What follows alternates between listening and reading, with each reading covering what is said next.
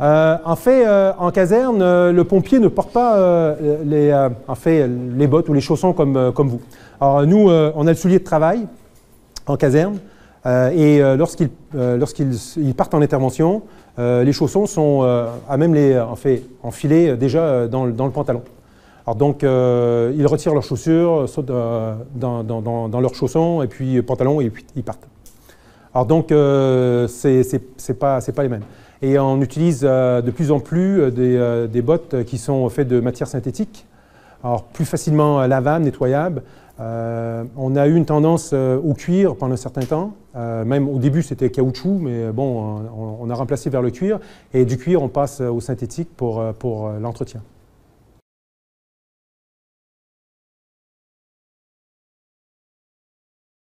Ouais, en fait, dans notre service d'incendie chez nous, on a un comité paritaire de santé et sécurité au travail. Donc, de part et d'autre, il y a des représentants des employés, représentants de l'employeur, donc de la municipalité. Et c'est ensemble. En fait, le projet que je vous ai parlé, où on a séquestré ces 11 pompiers, en fait, ça découle d'une demande de ce comité. Alors donc, ils ont fait rapport non seulement à la direction, mais ils ont fait rapport aussi à ce comité paritaire. Et donc, il y a adoption de part et d'autre des préconisations. Au niveau provincial, il y a une association qui s'appelle l'Association paritaire de santé et sécurité au travail Affaires municipales, qui a entre autres collaboré à la rédaction de ce guide. Donc, soit elle est publiée par l'organisme provincial, mais le document a été préparé par cette association qui est composée d'une vingtaine de pompiers, donc de part égale entre des représentants des services d'incendie côté employeur, donc l'état-major, et aussi des pompiers de divers services d'incendie. Donc il y a eu un accord commun à cette table pour produire ce document. Donc il y a divers moyens ou diverses instances qui permettent de pouvoir mettre en relation les employés et les employeurs pour trouver les solutions et les implanter.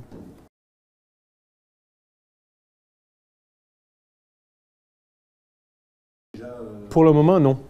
En fait, je ne sais pas qui, quand, comment. Il y aura forcément réflexion du milieu de la sécurité incendie de façon globale. Actuellement, nous savons que le niveau de risque est très élevé, et même plus élevé dans la phase des blés qu'il est durant l'intervention au niveau de l'exposition aux contaminants. Et de ce fait, la meilleure protection qui puisse exister au niveau respiratoire, c'est le port de la protection respiratoire. Ce que nous avons mis en place, c'est ce que je vous indiquais, on préconise la rotation de personnel.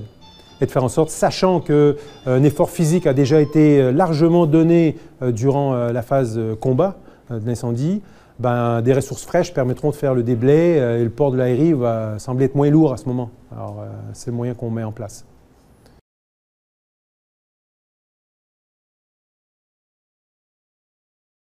Malheureusement, la formation au feu réel, elle n'est pas chose populaire chez nous. Elle est à la formation initiale du pompier et par la suite, il y a que le service d'incendie de Montréal et Québec. Je savais qu'ils avaient un caisson feu, mais je ne crois pas qu'ils l'utilisent de façon continuelle à Québec. Montréal, ils le font toujours. Comment? Je ne peux pas répondre. Je n'ai pas l'expérience. Je sais qu'à Montréal, ils sont à préconiser de nouvelles mesures pour réduire la durée d'exposition des pompiers qui sont soumis au caisson feu et de voir à ce qu'il y ait de nouvelles mesures mises en place. Je me permettrais de vous référer entre autres au service d'incendie de Liège, en Belgique, qui a mis en place une démarche post-formation, post-exposition feu de conteneur, feu caisson feu, qui me semble vraiment bien structuré, pour lequel tant le formateur que l'étudiant, le pompier, doit passer à travers diverses étapes, de retirer sa tenue de feu dans un espace, déposer un sac plastique, passe dans la deuxième, retire ses vêtements et passe sous la douche avant de sortir et puis de revêtir des vêtements propres. Alors, ils ont mis en place un truc qui est quand même intéressant.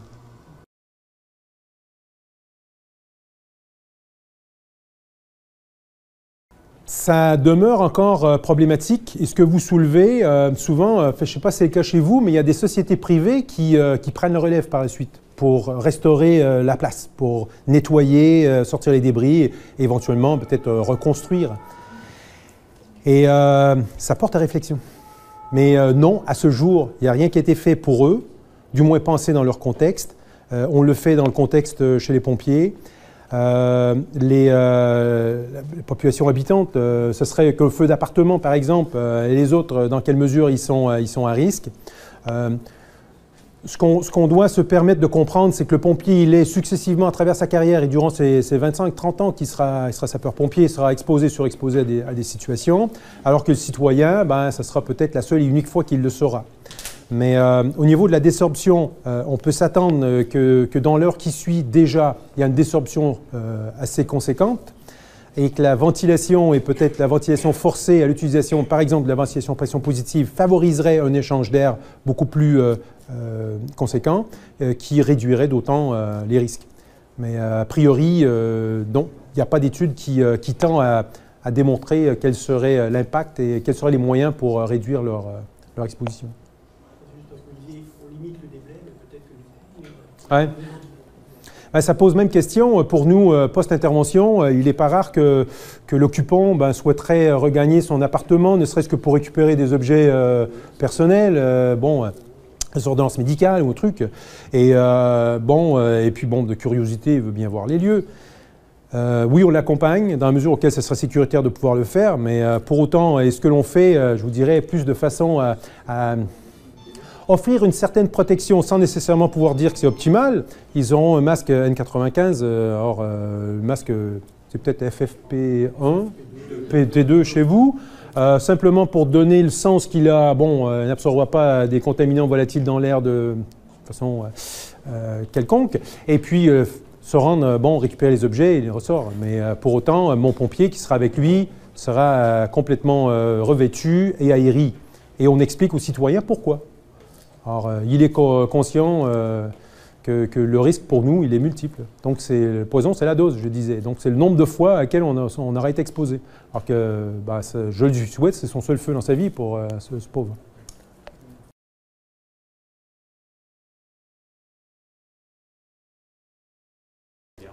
Chez nous, on fait du prompt secours. Donc, on ne fait pas le secours à victime, incluant le transport vers le centre, vers le CHU. En fait, c'est le FPT qui répond à l'appel et le personnel qui répond à l'intervention est vêtu en tenue de travail. Donc, la tenue de feu, elle est à bord du véhicule. Toutefois, dans le contexte actuel où la tenue de feu, normalement, elle devrait être propre. Alors, si elle est contaminée, elle devrait être à la laverie et il devrait y avoir une tenue de feu de réserve qui soit en service. Donc, c'est le moyen qu'on préconise pour le moment.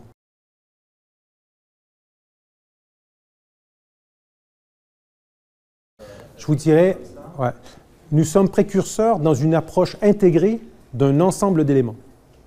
Actuellement, ce que je constate dans les services d'incendie au Québec, il y a plusieurs mesures qui sont mises en place, mais elles ne sont pas nécessairement interreliées, si je peux dire, ou intégrées. Le moment de réflexion qu'on s'est accordé avec les pompiers, c'est tenter de créer cette chaîne d'action qui se tienne. Alors que ce que je constate, c'est ça. Dans certains services, ils ont mis en place, par exemple, le rinçage des tenues de feu sur intervention. Mais est-ce qu'il y a en amont d'autres moyens qui ont été mis en place? Est-ce que ça s'associe sur la scène d'intervention à d'autres préconisations? Pas forcément.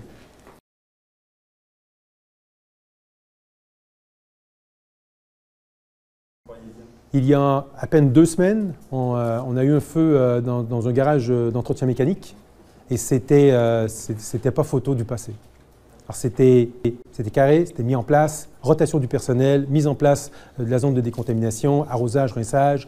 Le matos a été tout regroupé dans une seule caserne, lavé, nettoyé, tel que les préconisations qu'on a mis en place. Mais ça demande un changement complet. Je veux dire, le commandant des opérations de secours, le cas, il y a son checklist. Là. Les actions qu'il doit réaliser pour être sûr de ne pas en oublier.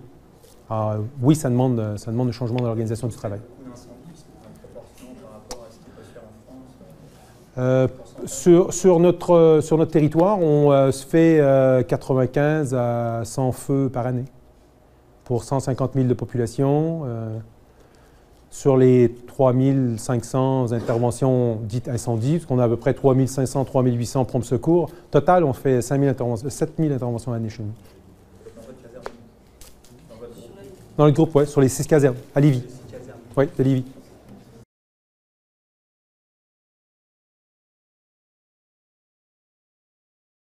11 semaines. 11 semaines. Ah oui, ouais, mais j'y crois. Je crois que ça peut prendre plus de temps. Et vous dire, 11 semaines, c'était l'implantation. Est-ce que ça sera succès après succès? On aura à faire des ajustements, forcément. On aura à faire du renforcement éventuellement. Mais déjà, on sent qu'il y a une adhésion à la volonté de changer et de mettre en place les mesures que l'on préconise. Alors, on va chercher cette efficacité-là, là. Et en fait, on s'est même permis on se permet de communiquer autant à notre pompier, à nous dire, à moi, par exemple, qui est directeur adjoint du département, si je fais gaffe, tu me le dis. Si tu tiens à moi comme moi je tiens à toi, je te donne le pouvoir de me dire si je fais pas correct. Alors donc, de cette approche mutuelle de santé et sécurité au travail, c'est dans l'intérêt de tous. Bon, il y a toujours une manière de dire les choses à qui que ce soit. Bon. Alors ce sera mon colonel, vous respectez pas les règles. Mais ça se fera. Et on se donne le droit de faire ça. Alors donc, de cette manière, on s'attend sur intervention, qu'ensemble, on se rappelle les méthodes préconisées pour assurer la santé et la sécurité des pompiers.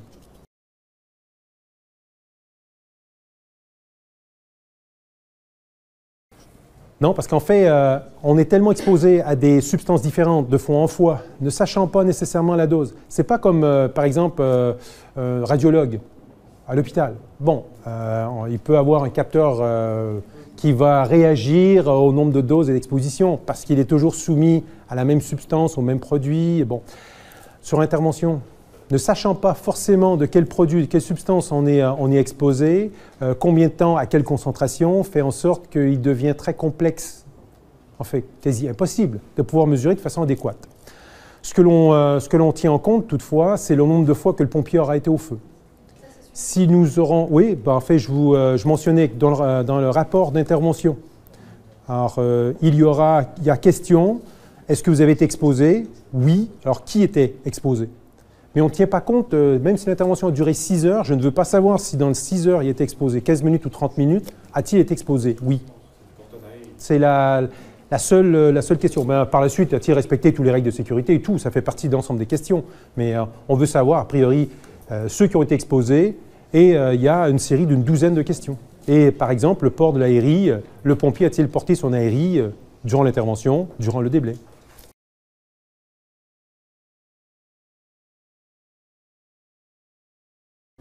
Non, pas tout le temps. Sans dire, il y a une question de jugement entre la tenue de feu qui pue et la tenue de feu qui est contaminée. Donc celle qui a été, par exemple, le sapeur-pompier qui est l'opérateur du FPT, a peut-être été en contact dans le nuage de la fumée, par les vents et tout, il va sentir la fumée. Mais pour autant, est-ce que sa tenue de feu est dite contaminée? Rapidement, elle se désorbera et elle sera toujours opérationnelle.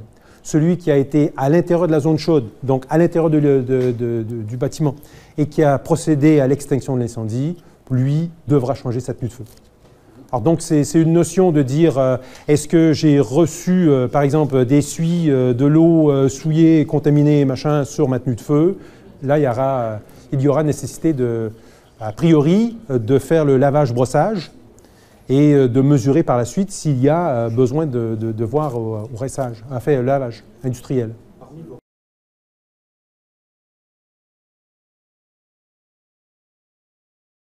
Présentement, nous sommes dans l'individuel avec un lot collectif, nous sommes dans l'orientation du collectif. Donc, les tenues de feu, on cherchera à réduire le nombre de grandeurs différentes, de tailles différentes, pour faire en sorte qu'on aille vers du petit, moyen, large, très grand, et probablement dans les variantes masculines, féminines, et de faire en sorte que la tenue de feu soit constamment rotative. Comme la cagoule, présentement, en fait, présentement, elle est individuelle, elle ne sera plus. toutes les cagoules seront mises en lot pour l'ensemble des sapeurs-pompiers. Donc le contexte, en fait le concept, c'est que tu aies une cagoule propre. Donc dès qu'elle est sale, tu la balances dans le panier sale et puis...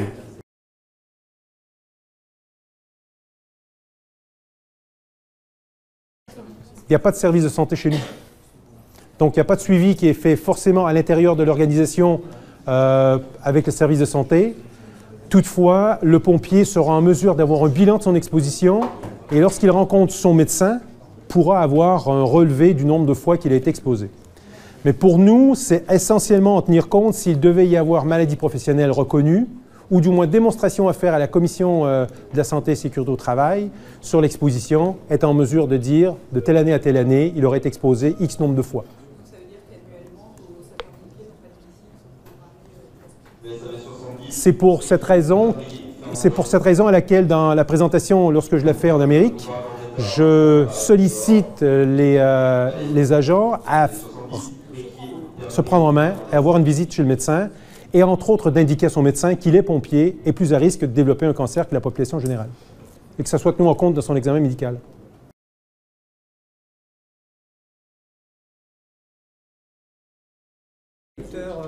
On n'utilise pas.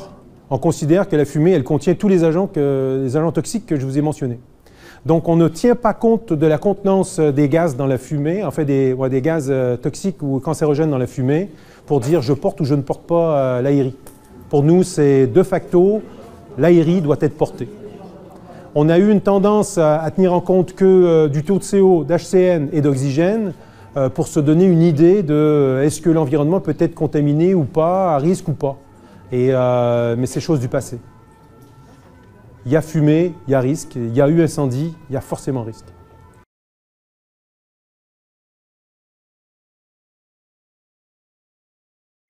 Cycle de travail, en fait, c'est sur un total de 168 heures, donc 4 semaines, le pompier, sur 4 semaines, le pompier fait 168 heures. C'est 42 heures par semaine moyenne. Alors, là, vous expliquez tout l'horaire, mais en fait, c'est un cycle constant. On est toujours avec la même équipe, toujours travailler avec le même personnel. Et c'est cyclique, il y a 4 équipes. Donc, chaque équipe fait 42 heures dans une semaine, donc 168 heures par semaine et 168 heures par mois.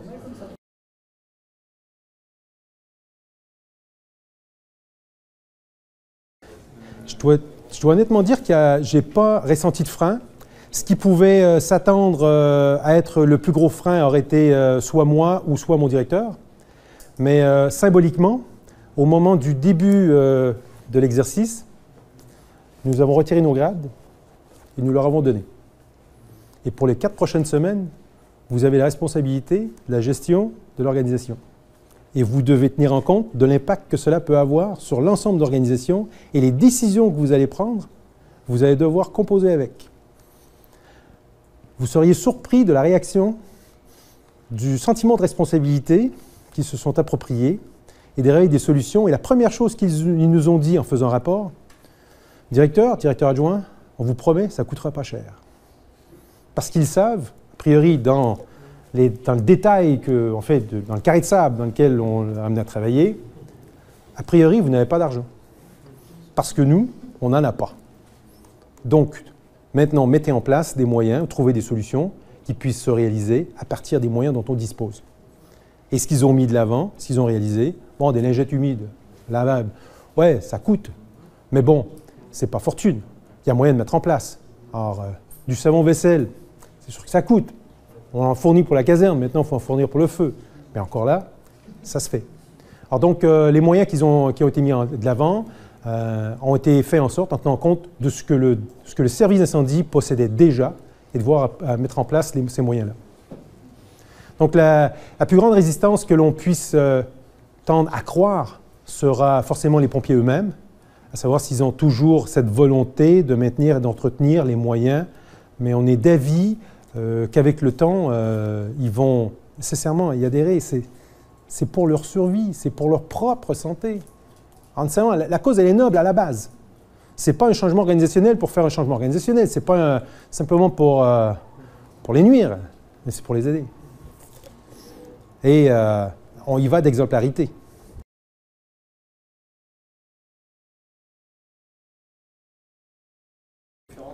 En fait, il y a deux volets. Il y a ma recherche personnelle, que je poursuis tout le temps et je suis toujours à l'affût de l'information et je tends à maintenir, alimenter, entre autres, ma page Facebook sur le sujet qui est pompiers en santé et en sécurité.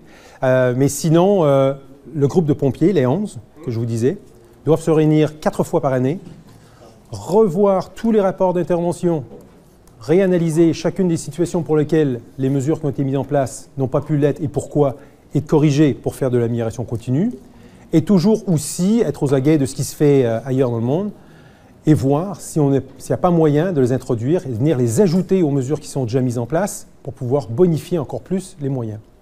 À ce jour, ce que je vous ai présenté est l'éventail assez complet de ce qui est connu et reconnu dans le milieu de l'incendie comme étant les meilleures pratiques en vigueur. Est-ce qu'il y en a d'autres? Probablement. Une que j'ai apprise tout juste quand je suis allé en Belgique, la notion de décontamination au CO2 liquide, liquéfié, ben, chez nous, il n'y a pas photo. Alors, bon, comprendre est-ce que c'est bon, pas bon, c'est quoi l'avenir, dans quelle mesure ça peut être réellement efficace. On a encore à faire des recherches, mais est-ce qu'éventuellement ce sera la norme? Peut-être, mais c'est le temps qui nous le dira. Mais ça mérite d'être exploré pour voir. Donc oui, il y aura toujours forcément une continuité dans la recherche. Mais vous restez sur le même groupe pour avoir une continuité de visibilité autant que possible. Ouais, ben, oui, à mon niveau. À notre niveau, on a l'Association québécoise des chefs en sécurité incendie. Je pilote la table santé et sécurité du travail avec eux, donc encore là au niveau provincial. Au niveau international, avec Préventica. Donc, il y a un certain pont qui se fait entre les deux. Je sais pertinemment qu'il y a du travail de plus en plus entre des universités françaises et québécoises, pour lesquelles il y aura probablement de l'avenir. Bon, je vais annoncer quelque chose demain. Je ne peux pas le faire tout de suite. Ah, donc, il y a chemin qui se fera.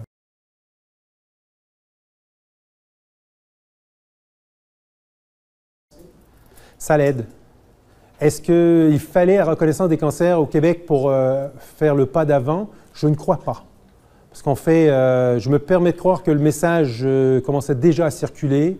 J'avais déjà fait présentation et un grand pan de la présentation que je vous ai fait là, je l'ai fait quelques mois précédant la reconnaissance des cancers par la Commission nationale de la santé et sécurité au travail. Alors donc, je me permets de croire que ça n'aurait peut-être pas été aussi vite, mais il est forcé d'admettre que la situation elle est préoccupante. Alors, il y avait nécessité d'agir.